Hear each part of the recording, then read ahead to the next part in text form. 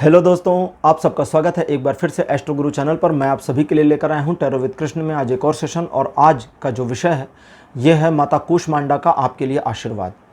9 देवियों में ये चौथी देवी मानी जाती है। नवरात्रि के चौथे दिन इनकी पूजा का प्रावधान है, इनकी पूजा का विधान है, इनकी पूजा की जाती है।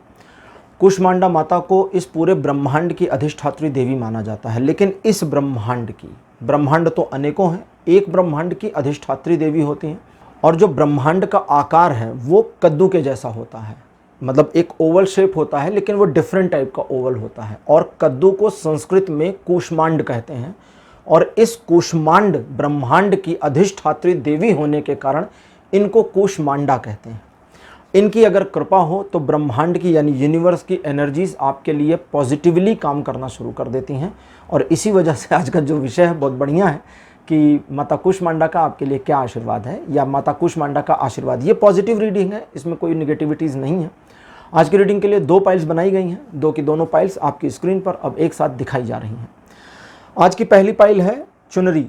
चुनरी माता के लिए पूजा में समर्पित की जाती है। चुनरी को भक्त अपने सिर पर भी बांधते हैं। महिलाएं पूजा पाठ में चुनरी को ओढ़ती हैं। तो क्या स्त्री, क्या पुरुष, क्या बच्चे, चुनरी सभी इस्तेमाल कर लेते हैं जब माता की भक्ति में लीन होते हैं। माता की भक्ति में लीन छोटे बच्चे भी अपने सिर पर चुनरी बांधते हैं, पुरुष भी बांधते हैं और महिलाएं भी इसे ओढ़ती हैं। तो ये एक, मुझे अभी तक जहाँ तक पता है, ये एक ऐसा वस्त्र है चुनरी जिसमें कोई भी आयु का, किसी भी जेंडर का कोई भेद नहीं है। तो ये बहुत ही स्पिरिचुअल वस्त्र हुआ, बहुत ही आध्यात्मिक वस्त्र हुआ। तो इसलिए ये पाइल नंबर 1। और दूसरी है मेहंदी।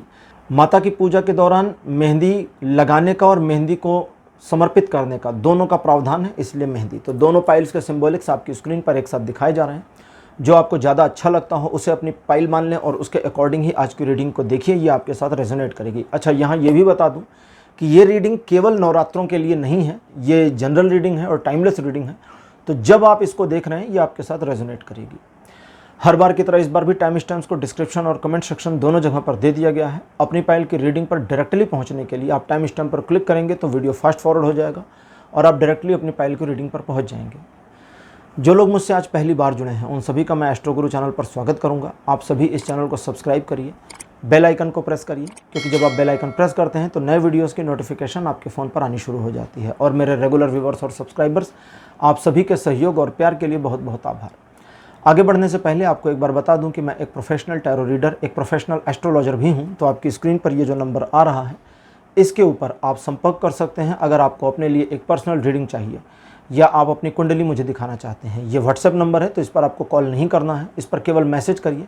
मैसेज के थ्रू सारी इन्फॉर्मेशन मेरी टीम मेंबर आपको प्रोवाइड करेगी और आपकी हेल्प करेगी मेरे साथ आपके सेशन को बुक करने के लिए। तो चलिए आज की रीडिंग को शुरू करते हैं और आपकी पाइल में मिलते हैं।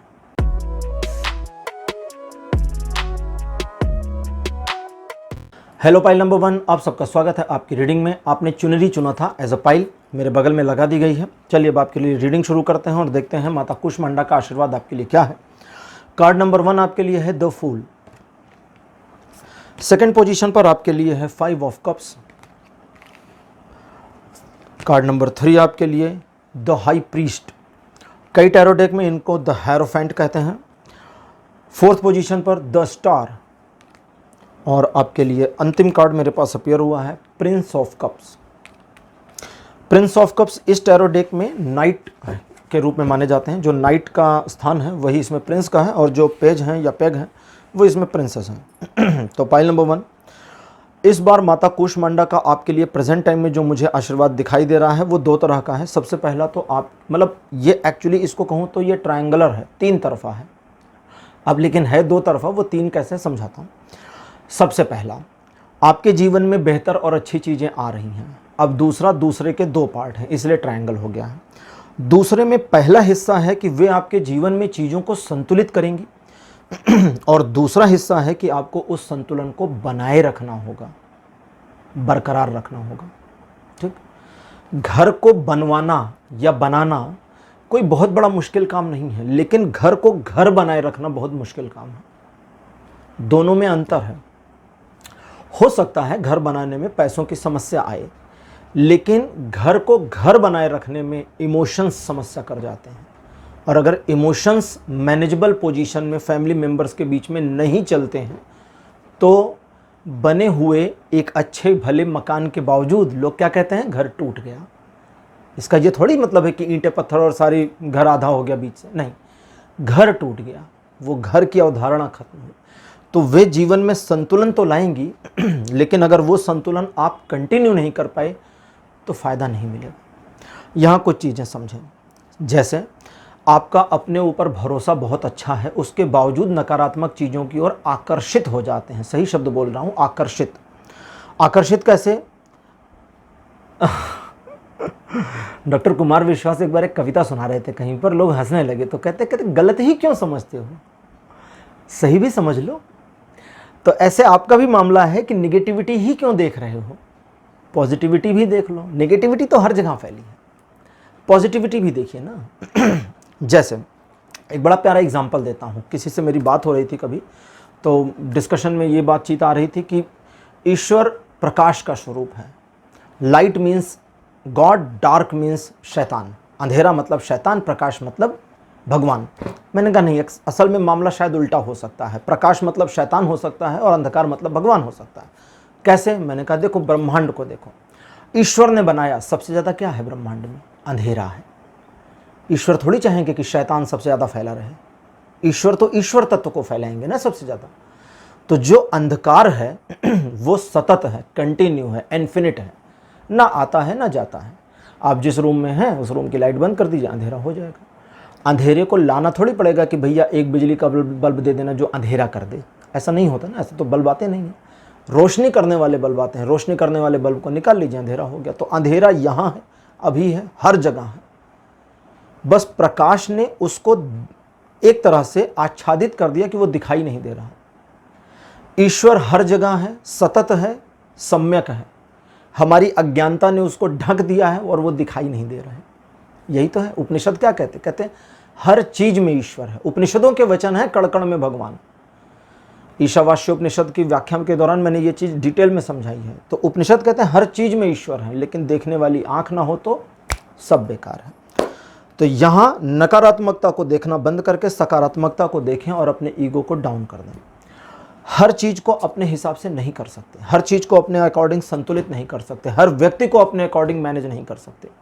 बस इतना सा करिए, चीज़ें व्यवस्थित वे करेंगी, आप भी करेंगे, आप उसको कंटिन्यू करेंगे। और एक बार उनके संतुलन को आपने कंटिन्यू करना सीख लिया तो चीज़ें आपके लिए बेहतरी में आती चली जाएंगी। आपका ऑरा क्षेत्र बढ़ जाएगा, समाज में सम्मान बढ़ जाएगा और आप अपने ऊपर एक प्राउड मोमेंट जैसी फीलिंग में आ जाएंगे। अब लेते हैं ओरेकल योगी पाथ कार्ड्स और देखते हैं ओरेकल कार्ड्स आपके लिए फर्दर इंफॉर्मेशन क्या दे रहे हैं।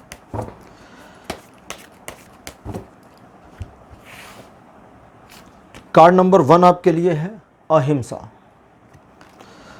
सेकंड पोजीशन पर आपके लिए है ब्रह्मा। कार्ड नंबर 3 तंत्र। फोर्थ पोजीशन पर आपके लिए श्री गणेश और आपके लिए अंतिम कार्ड है माता राधा। तो 5 कार्ड, 5 स्पिरिचुअल कार्ड बड़े प्यारे से आए हैं, लेकिन इसमें सबसे गजब का कार्ड जो आया है वो 2 हैं, जिसमें से पहला है अहिंसा, दूसरा है तंत्र। मैं उन जो मेरे रेगुलर व्यूवर्स और सब्सक्राइबर्स हैं उनको तो पता होगा अहिंसा के बारे में मैं क्या कहता हूँ। जो लोग नए जुड़े हैं उनको बता दूँ कि यहाँ अहिंसा का जो कार्ड आया है इसका वो अर्थ कतई नहीं है जो ... जी ने फैला रखा था, प्रचार, दुष्प्रचार कर रखा था। वो अहिंसा नहीं थी। उनकी अहिंसा में इतनी हिंसा थी जो आप सोच नहीं सकते थे। आपके घर के बाहर कोई तंबू लगाकर बैठ जाए कि मेरी बात मानो वरना यहीं जान दे दूंगा, इससे बड़ी हिंसा कोई हो ही नहीं सकती। कोई आपके घर आए, आपके घर के बाहर थोड़ी देर गालियां वालियां बके चला जाए, आपको 2 थप्पड़ मारे चला जाए, ये हिंसा नहीं है। लेकिन तंबू लगाकर वहीं बैठ जाए, दरी बिछाकर बैठ जाए कि जी हम तो नहीं हटेंगे, हमारी बात मानिए, तो ये एक ऐसी सूक्ष्म मानसिक हिंसा है जो आपकी रातों की नींद खराब कर सकती है, आपको अगले कई सालों के लिए डिस्टर्ब कर सकती है। आप जब भी अपने मोहल्ले में निकलें तो नज़रें झुका के चलें कि लोगों के सामने आपकी इंसल्ट आप फील कर लेंगे।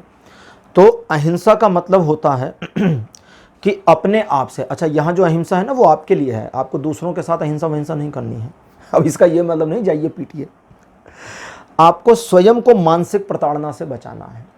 दिमाग में बहुत कुछ चलता रहता है, नई योजनाएं आती हैं, ये कर लूँ, वो कर लूँ, ऐसा कर लूँ, वैसा कर लूँ, इन चीज़ों को थोड़ा साइड करिए। अच्छा, लेकिन वो वाली योजनाएं जहाँ कुछ सृजनात्मक चीज़ें चलती हैं, तो ब्रह्मदेव का कार्ड कहता है कि अगर मानसिक प्रताड़ना नहीं हो रही उस चीज़ से और सृजनात्मकता की ओर मन मुड़ रहा है, तो उस सृजनात्मकता को आत्मसात तो करना है, क्योंकि जब उनके द्वारा किए गए संतुलन को आपने कंटिन्यू कर लिया, उस संतुलन को आपने संतुलित कर लिया, तो स्टार का कार्ड बताता है कि कुछ ऐसा नया हो सकता है, एक ऐसी नई सुवास उठ सकती है, सुवास मतलब सुगंध, एक ऐसी नई सुवास उठ सकती है जो आपके जीवन को पूरी तरह परिवर्तित करने का कार्य करे।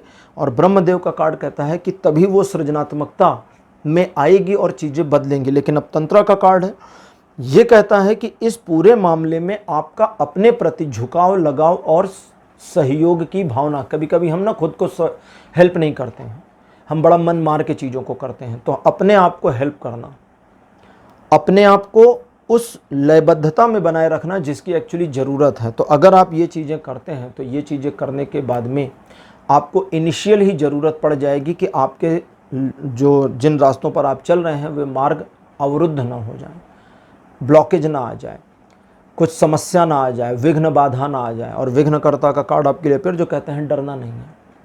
गणेश जी का कार्ड कहते हैं कि डरना नहीं है, बस चलना शुरू करो उस पथ पर जिस पर वे चला रही हैं, और बस देखो कि चीज़ें किस तरह से गतिमान हो जाती हैं। लेकिन राधा कहती हैं कि आसक्ति मत लो। अब ये भी समझिए, राधा कहती हैं आसक्ति मत लो, क्योंकि आसक्ति मुसीबत करती है। एक दुकान खोले, उसमें आसक्त ना हो। लोग क्या करते हैं, एक एग्जाम्पल बिजनेस का लेते हैं, बिजनेस खोलते हैं, फिर क्या करते हैं, सबसे पहले पूजा पाठ कराते हैं, भगवान को प्रसाद चढ़ाते हैं, फीता वीता काटते हैं, है ना, एक छोटा सा धार्मिक कार्यक्रम कर लेते हैं, तो उसमें 4, 6, 10, 20 लोगों को बुलाते हैं। तो उसका क्या महत्व है? उसका महत्व है कि हमने ईश्वर की मर्जी और उनकी कृपा से ये बिजनेस को ओपन किया है। अब आसक्ति ले लेते हैं, खुद का मान लेते हैं कि हमारा है, हम कर रहे हैं। आप कहाँ कर रहे हैं? आपने तो ईश्वर की मर्जी से किया था ना, ईश्वर को समर्पित किया था ना चीज़ों को। गृह प्रवेश पूजा की जाती है, गृह प्रवेश पूजा में भगवान की पूजा होती है, ठीक। भगवान की पूजा करने से, गृह प्रवेश पूजा या गृह शांति पूजा करा लेने से घर में सारी विघ्न बाधाएं कैसे शांत हो जाती हैं? क्योंकि हम अपने घर में घुसने से पहले, रहने से पहले भगवान का आवाहन कर लेते हैं कि हे प्रभु आइए, इस पूजा में सम्मिलित होइए, स्थापित होइए, बैठिए, भोग को ग्रहण करिए और अपनी ब्लेसिंग को छोड़ करके अपने अपने धाम को जाइए। तो उनकी ब्लेसिंग्स वहाँ जब रहती हैं तो सारी विघ्न बाधाएं खत्म होती हैं। तो यहाँ राधा कहती हैं आसक्ति मत लो, क्योंकि जो आसक्ति है वो लालच पैदा करती है, और लालच से आता है भय, भय से आता क्रोध, और क्रोध सब कुछ नष्ट करता है।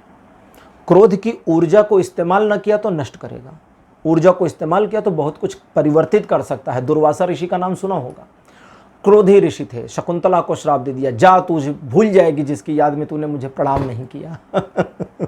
कभी उनकी कहानी सुना होगा, बड़ा मजा आएगा। सनातन में ऋषि और ऋषि क्रोधी, ऋषि तो वो होता है ना जिसने क्रोध पर नियंत्रण कर लिया हो, लेकिन दुर्वासा का जो क्रोध है वो घटनाओं को क्रमित करता था। अगर शकुंतला को दुष्यंत ना छोड़ते तो भरत अपने पूरे बाल्यकाल में कभी भी शेर के दांत ना गिन पाते। क्रोनोलॉजी को देख लीजिए। तो इस वजह से महर्षि दुर्वासा भी एक्सेप्टेड हैं सनातन में, क्रोधी ऋषि हैं लेकिन महत्वपूर्ण हैं, और बहुत उनका जो महत्व है वो कभी खत्म नहीं हुआ, कम नहीं। तो ये कहते हैं आसक्ति मत लीजिएगा, बस इतना सा ध्यान रखिए, चीज़ें बेहतर हैं, आपके फेवर में आ रही हैं। पाइल नंबर 1 ये थी आपकी आज की रीडिंग। आज की रीडिंग आपको कैसी लगी? अपने एक्सपीरियंस, अपने अनुभव कमेंट सेक्शन में ज़रूर लिखिए। इस वीडियो को लाइक करिए, शेयर करिए और चैनल को सब्सक्राइब करना बिल्कुल मत भूलिएगा। अगले वीडियो में आपसे फिर मिलूँगा। Bye bye.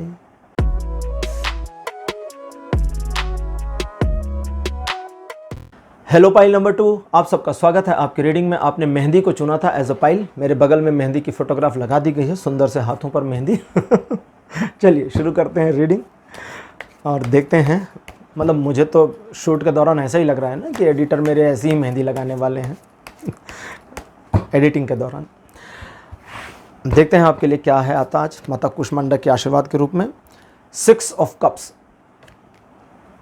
पहला कार्ड आपके लिए था। सेकंड पोजीशन पर queen of sword. Card number 3 आपके लिए है रिबर्थ। फोर्थ पोजीशन पर आपके लिए किंग ऑफ पेंटिकल्स, और आपके लिए अंतिम में आया हुआ है 7 ऑफ सोर्ड। तो आपके लिए 5 कार्ड आ चुके हैं ट्रेडिशनल टैरो डेक से।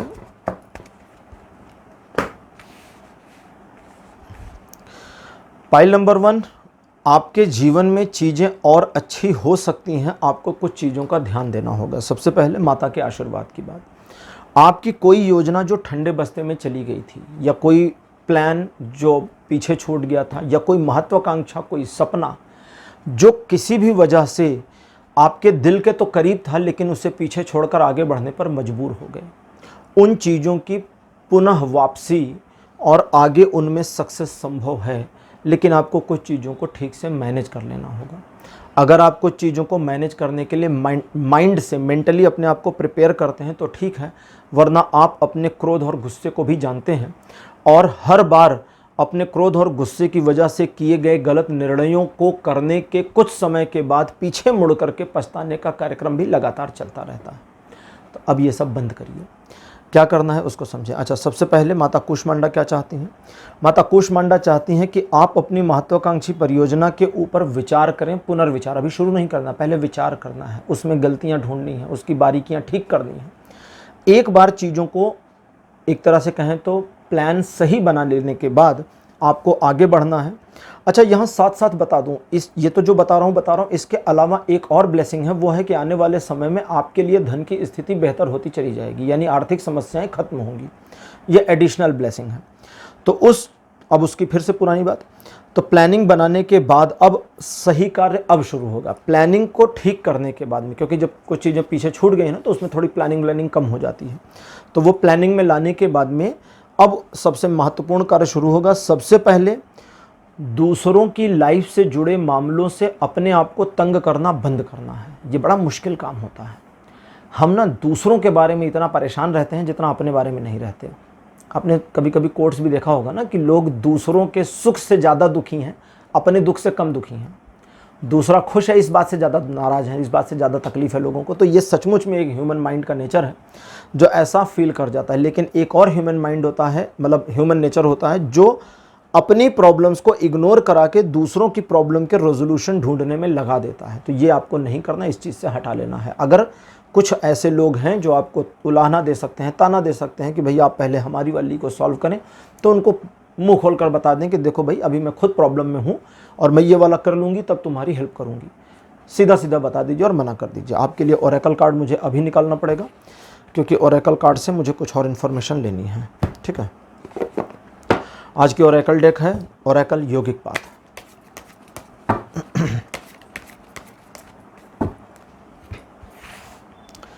पहला कार्ड आपके लिए अपीयर हुआ है सत्य यानी ट्रुथ। सेकंड पोजीशन पर आपके लिए है अहिंसा। कार्ड नंबर 3 आपके लिए है वात। वात का मतलब होता है वायु। माता सरस्वती 4th पोजीशन पर, और लास्ट में आपके लिए है अनाहत। अनाहत हमारे शरीर का एक चक्र होता है जिसको हृदय चक्र भी कहते हैं, कई बार हार्ट चक्र बोलते हैं।